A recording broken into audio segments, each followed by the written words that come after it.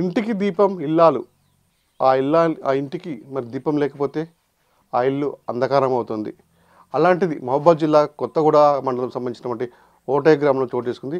గత సంవత్సరం అనారోగ్యంతో ఓటైకి సంబంధించినటువంటి ఒక మహిళ, సరస్వతి అనే మహిళ అనారోగ్య కారణాలతో మృతి చెందడంతో ఆ కుటుంబం అంధకారంగా మారడంతో తనకున్నటువంటి ఆ ఇద్దరు కుమారులు తన తండ్రి పడుతున్న బాధను చూసి, ఆవేదన చూసి తట్టుకోలేక తన బాధని తండ్రి పడుతున్న బాధని తీర్చాలనే ఉద్దేశంతో తన తల్లి విగ్రహాన్ని ఏర్పాటు చేసి తన తండ్రికి ఒక గిఫ్ట్గా, అంటే మళ్ళీ అమ్మ బతికొచ్చింది, అమ్మ ప్రతిరూపమే ఈ విగ్రహం అని చెప్పేసి తాను ఏదైతే ఉందో వ్యవసాయ క్షేత్రంలో తను ఉన్నటువంటి వ్యవసాయ క్షేత్రంలో ఆ విగ్రహాన్ని నెలకొల్పి సాక్షాత్తుగా అంటే తల్లి బతికొచ్చిందనే విధంగా కూడా ఇక్కడ విగ్రహం నెలకొల్పారు.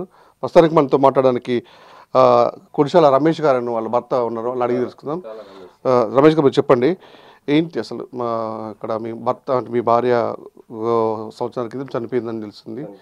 మీ కుమారులు మీ బాధను చూడలేక వాళ్ళు కూడా నానబడుతున్న తపన ఆవేదన చూసి విగ్రహం చేయించాను, ఇట్లా చూసుకుంటుంది. నా బాధ చూడలేకనే విగ్రహం ఆర్డర్ ఇచ్చి చేయించాను అంతే. అంటే మామూలుగా మీరు ఎక్కడి నుంచి వచ్చారు, అంటే మీరు ఏ ఊరు ఏంటి?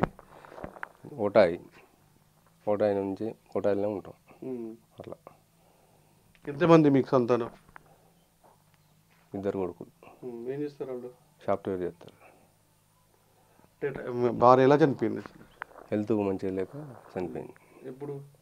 ఆగస్టు 20 పోయిన సంవత్సరం అవుతుంది, 10 రోజులకు.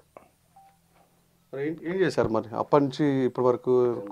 అంటే మీ కొడుకులు కూడా అంటే బాధపడుతూ తండ్రి అయ్యో అమ్మ లేదు కదా, నాన్న ఒంటరిగా ఉంటున్నాడు ఎలా అని మీ 2 కొడుకులు కూడా నీ బాధను చూడలేక విగ్రహం ఏర్పడేసారా? ఏ విధంగా అనిపిస్తుంది మీకు? ఇంకా అమ్మ లేదు కదా, అమ్మ గుర్తింపు ఉండాలని అట్లా ఏర్పాటు చేసిండు. అట్లా చచ్చిపోయినా కానీ అమ్మ మనం కానే ఉండాలని గుర్తింపు కోసం ఏర్పాటు చేశాం. అంటే ఈ వ్యవసాయ క్షేత్రంకి అప్పుడప్పుడు సరస్వతి గారు వచ్చేది, మా ఆవిడ వచ్చేది కాబట్టి బయట చేద్దాన్ని ఇక్కడనే చేసినాం. అట్లా అంటే చుట్టుపక్కల ప్రజలు కూడా పక్కన ఉన్న పంట పొలాలు ఉన్న పక్కన కూడా ఏమనుకుంటుంది అంటే ఇంత వింతగా, అంటే ఒక గ్రామాల్లో మారుమూల గ్రామాల్లో ఇట్లా విగ్రహం ఏర్పాటు చేసి చేయడం వల్ల అంటే వాళ్ళు ఏమైంది ఇన్స్పైర్ అవుతున్నారు, వాళ్ళకి ఏమనిపిస్తుంది? వాళ్ళు మంచి వాళ్ళు సుతా సంతోషపడ్డారు, మా సరస్వతి చూసుకున్నట్టే ఉన్నది అని. ఎందుకంటే అప్పుడప్పుడు మా ఇంటికి వచ్చేవాళ్ళు కదా వాళ్ళందరూ, మా ఇంటికి పొలం పక్కలు అట్లా. చెప్తారు వాళ్ళు కూడా? ఏం లేదు, మంచిగానే పర్వాలేదు, మంచిగా కట్టించినాం అని అన్నారు.